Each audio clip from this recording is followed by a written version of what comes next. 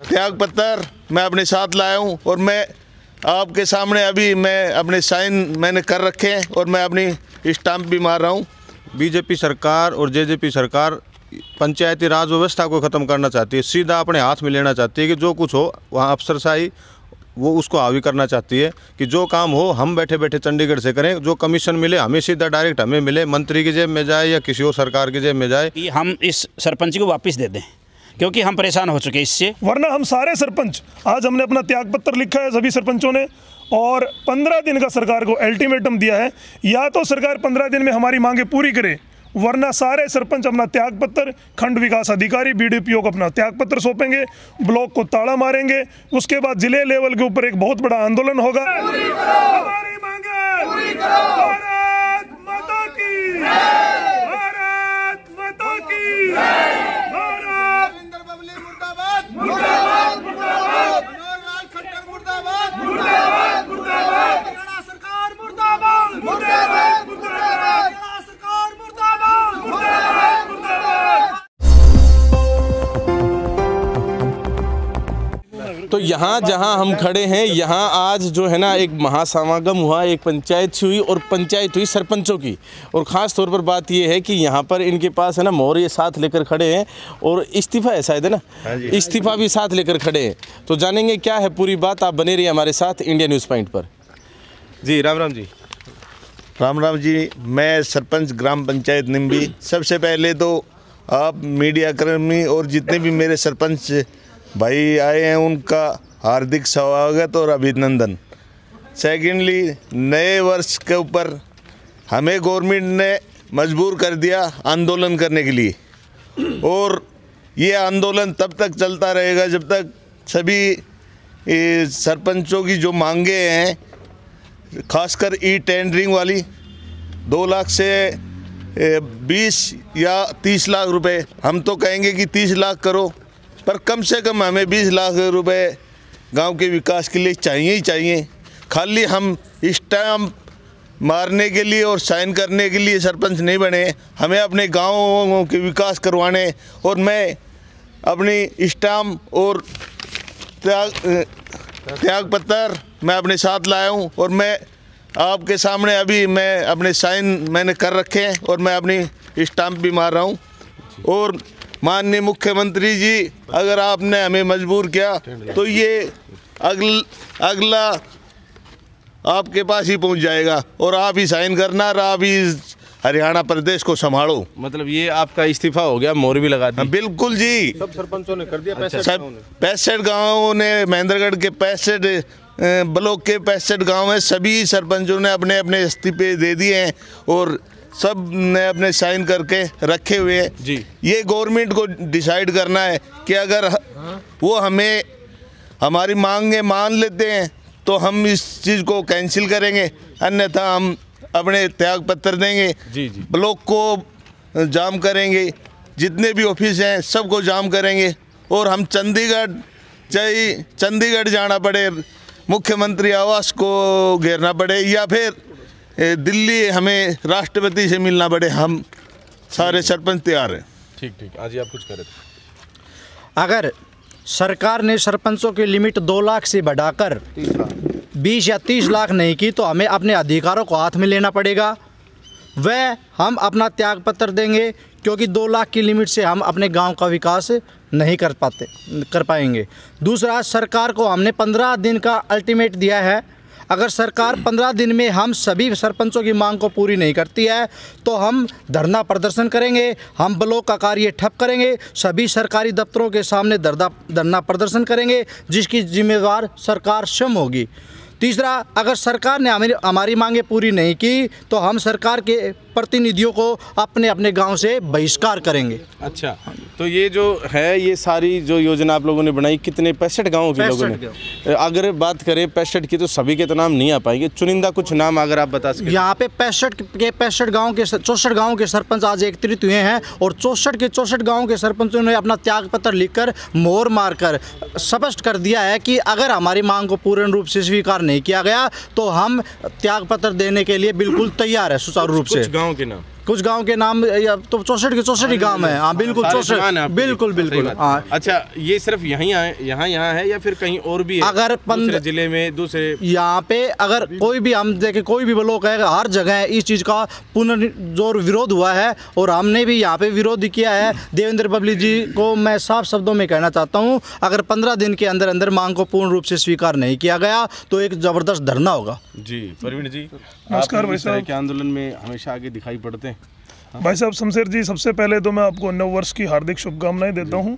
और जैसा कि आपने समय समय पर महेंद्रगढ़ की जितनी भी मांगे हैं उनको पुरजोर तरीके से अपने चैनल के माध्यम से उठाया है। पीछे भी एक वो ठेका प्रकरण का जो मामला हुआ था, मैं तो आपका पुनः धन्यवाद करता हूं। उस दिन के बाद आपसे ही मुलाकात आज ही हुई है। आपने उसको बहुत पूरे प्रदेश लेवल तक उस वीडियो को आपने पहुँचाया और उसमें राव बहादुर सिंह को झुकना पड़ा था। मैं आपका धन्यवाद करता हूं, जिसमें कॉलोनी वासियों की सुविधा हुई और वो ठेका राव बहादुर सिंह को आपके चैनल की जो वीडियो पहुंची उसके माध्यम से उसको ठेका उठाना पड़ा। मैं इसमें एक बात ऐड ऑन करना चाहूँगा। ये सिर्फ हमारा नहीं, बहुत सारे और भी साथी थे जिनके चैनल पर ये चीज़ चली, ये न्यूज़ चली और आप और आपके कॉलोनी वासियों का जो है ना मतलब सहयोग था।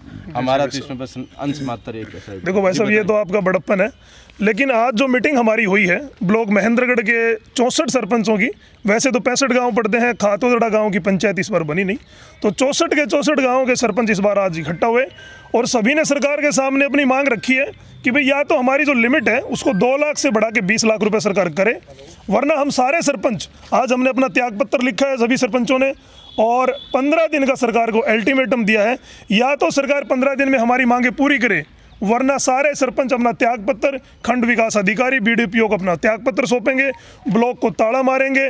उसके बाद जिले लेवल के ऊपर एक बहुत बड़ा आंदोलन होगा और अगर जरूरत पड़ी तो हम चंडीगढ़ जाके सीएम आवास का घेराव करेंगे।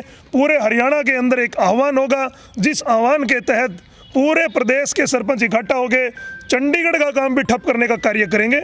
और मैं मीडिया के माध्यम से कहना चाहता हूं कि मुख्यमंत्री जी, ये जो नीति है ई टेंडरिंग का जो मामला है, ये दमनकारी नीति है। आप इसको कृपया पुनः विचार करें और सरपंचों की जो लिमिट है उसको 20 लाख रुपए करने का कार्य करें, क्योंकि 2 लाख रुपए के एस्टिमेट में गांव के अंदर कोई भी कार्य नहीं होते हैं। और अगर मान के चलो रिपेयरिंग के काम भी अगर ई टेंडरिंग में चले गए, जिसकी प्रक्रिया बड़ी लंबी है, 3 से 6 महीने की है, तो उसके अंदर गाँव में कार्य नहीं हो पाएंगे। जिस उम्मीद और विश्वास के साथ ग्रामवासियों ने प्रत्येक सरपंच को अपने अपने गांव से चुना है, इस बार जो पंचायतों के अंदर चुनाव के अंदर जो गांव वालों में जो जोश और जो माहौल था, मैंने अपने जीवन में 3 कार्यकाल देखे हैं सरपंचों के, मैंने इतना जोश कभी नहीं देखा। सभी सरपंच कोई 500 वोटों से जीत के आया, कोई 400 से, कोई 300 से, कोई 1000 से, कोई 1500 से जीत के आए। बिल्कुल। तो इस बार गांव के लोगों को उम्मीद भी बड़ी ज़्यादा है सरपंचों से कि भाई इस बार पढ़ी लिखी नौजवान पंचायतें बनी हैं और विकास कार्य करवाएंगे। लेकिन इस नीति के तहत मैं अपने बड़े भारी मन से कह रहा हूं कि मैं खुद अपने गांव में पिछले 15 दिन से सोच रहा हूं कि मैं प्रस्ताव लिख के क्या दूं, क्योंकि कोई कार्य हो ही नहीं सकता है।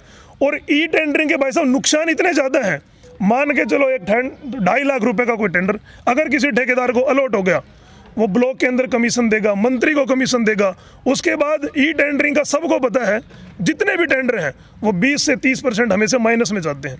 30% अगर माइनस में हो गए, 20% वो कमीशन बांट देगा, 50% तो वो खत्म हो चुका है, 50% में विकास कार्य नहीं होते हैं। मैं इंटरप्ट करूँगा। सरकार कहती है कि ई यानी इंटरनेट माध्यम से टेंडरिंग अगर होगी तो पारदर्शिता आएगी।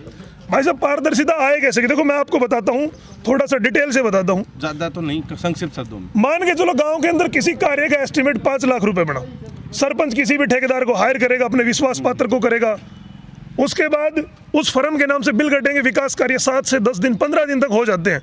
ई टेंडरिंग की जो प्रक्रिया है, पहले एस्टिमेट बनता है, उसके बाद टेंडर निकलेंगे, फिर टेंडर अलॉट होंगे, फिर वर्क ऑर्डर जारी होगा, उसके बाद धरातल पे कार्य शुरू होता है।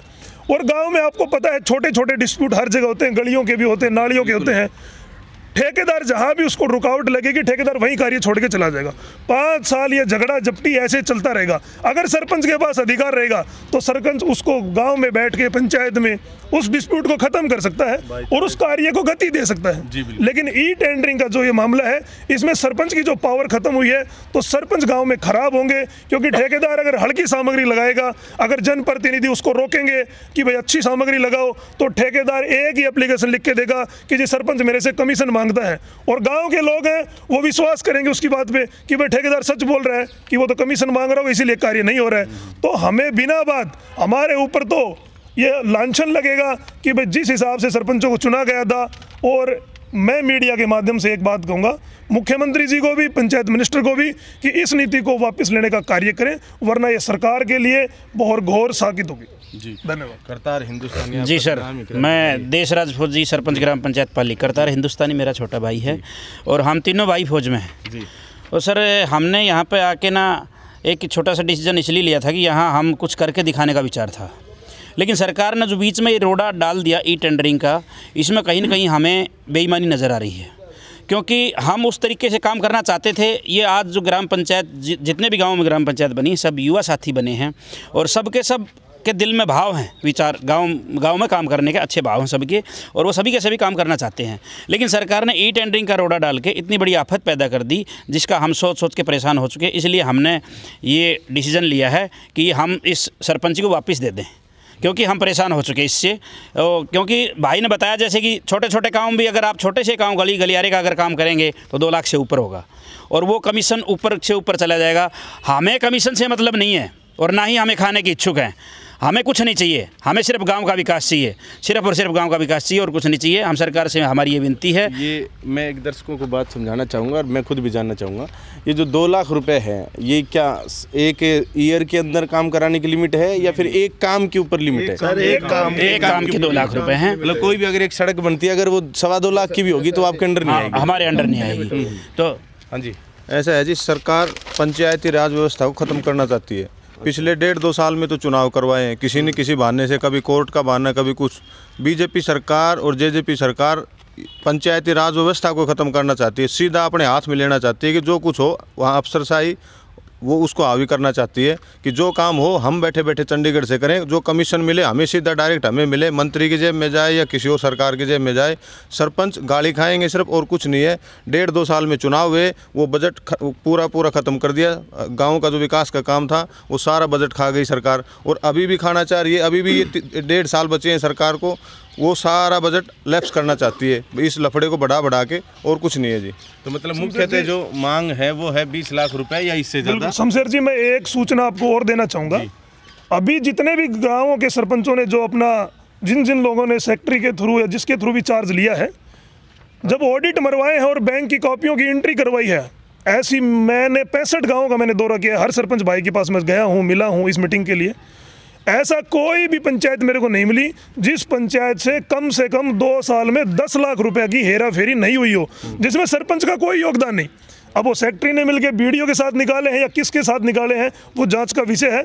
लेकिन मैं फिर कह रहा हूं, अगर सरपंचों के पास अधिकार नहीं रहेंगे तो पिछले 2 साल में जो ड्रामा हुआ है वो और बढ़ेगा, आगे भ्रष्टाचार और ज़्यादा बढ़ेगा, गांव के विकास कार्य रुकेंगे।